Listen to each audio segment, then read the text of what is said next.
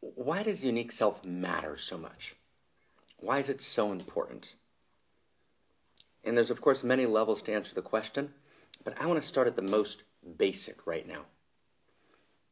Unique self matters because without it, life for the individual becomes virtually irrelevant.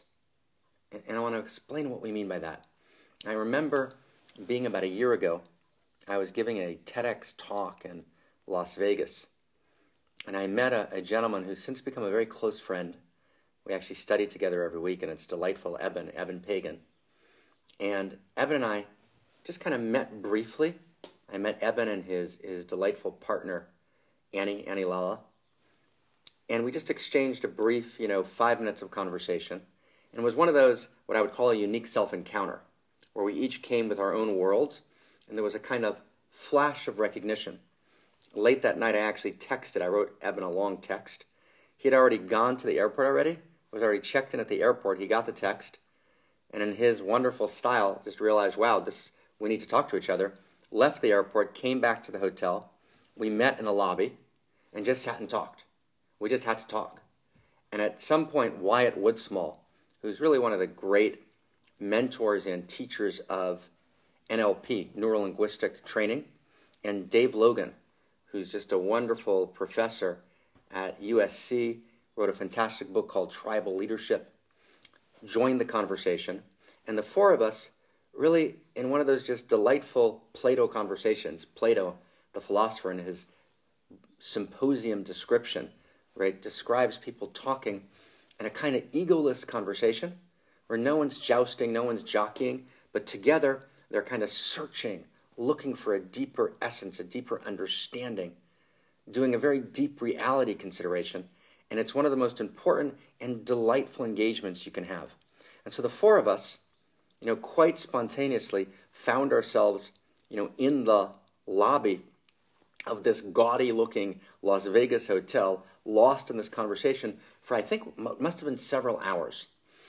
And we each talked about what we were doing in the world, and I brought unique self to the table. And I can remember very clearly Dave Logan kind of leaning forward with that special intensity that he has. And I'm just getting to know him, and him and Wyatt and Eben are just each one of them so special and such gorgeous, unique selves. This was a Dave moment. He leans forward and he says, how does this address somebody's worst nightmare? With that kind of wonderful intensity. How does this address someone's worst nightmare? And if it doesn't address people's worst nightmare, then it's not important, it's not useful. That was a great invitation. And what I said to Dave then, and we all understood it, is that unique self is, right, the single response to a person's worst nightmare, because a person's worst nightmare is to be irrelevant, to be an extra on the set, to think that if I would die like a stone that you skip into a pond, a few ripples, then it's gone, and there's someone else at my desk, and there's someone else in my relationships, and I'm quickly forgotten. Or even if I'm not forgotten, I'm basically no longer present. I'm not a player, and someone else is playing all of my parts. And they're doing a good job. And ultimately, I wasn't necessary. Ultimately, I was an extra on the set of life. And that feeling of irrelevancy, that my life is not ultimately meaningful, that I don't have a unique contribution to make, because that's what meaning is. Meaning is the understanding, personal meaning, is the understanding that I have a unique contribution to make that all that is. And that unique contribution that I have to make to all that is not merely me being a cog in a machine. Communism affirmed the meaning of life, but it said that no unique individual is ultimately significant for that meaning. That meaning is beyond individuals, and individuals are ultimately cogs in this larger process. That doesn't give personal meaning. And human beings know intuitively. We know with our eye of the spirit. We know in our first person. We know our lives are meaningful. but not to be able to identify that meaning, not to be able to identify that sense of personal relevance, not to be able to identify, right, what's the unique contribution that I have to give, right, it makes me feel insane. It makes me feel not just irrelevant, but meaningless. My life is meaningless, and I'm ultimately not important.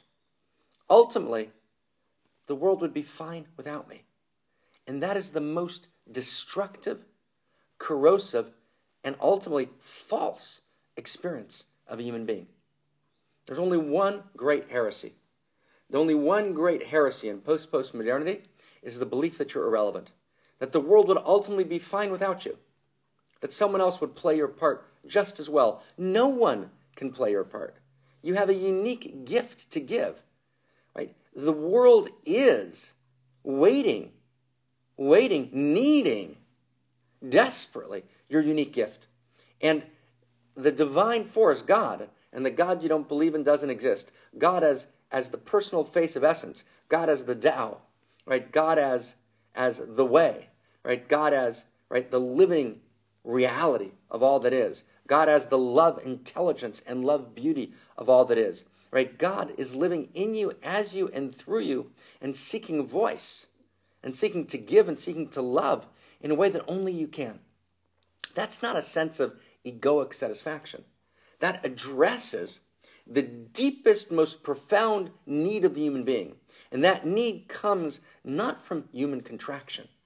It comes from the natural human grandness, from human expansion, from knowing who I really am. Who I really am, is I am unique. I am part of the all, and I'm a unique expression of the all, just like you are. To be special doesn't mean I'm more special than you. To be special is the natural property of my uniqueness. And so unique self matters. It matters for 1,000 different reasons. But the first one is, it's the only way to address the fundamental human nightmare of being irrelevant.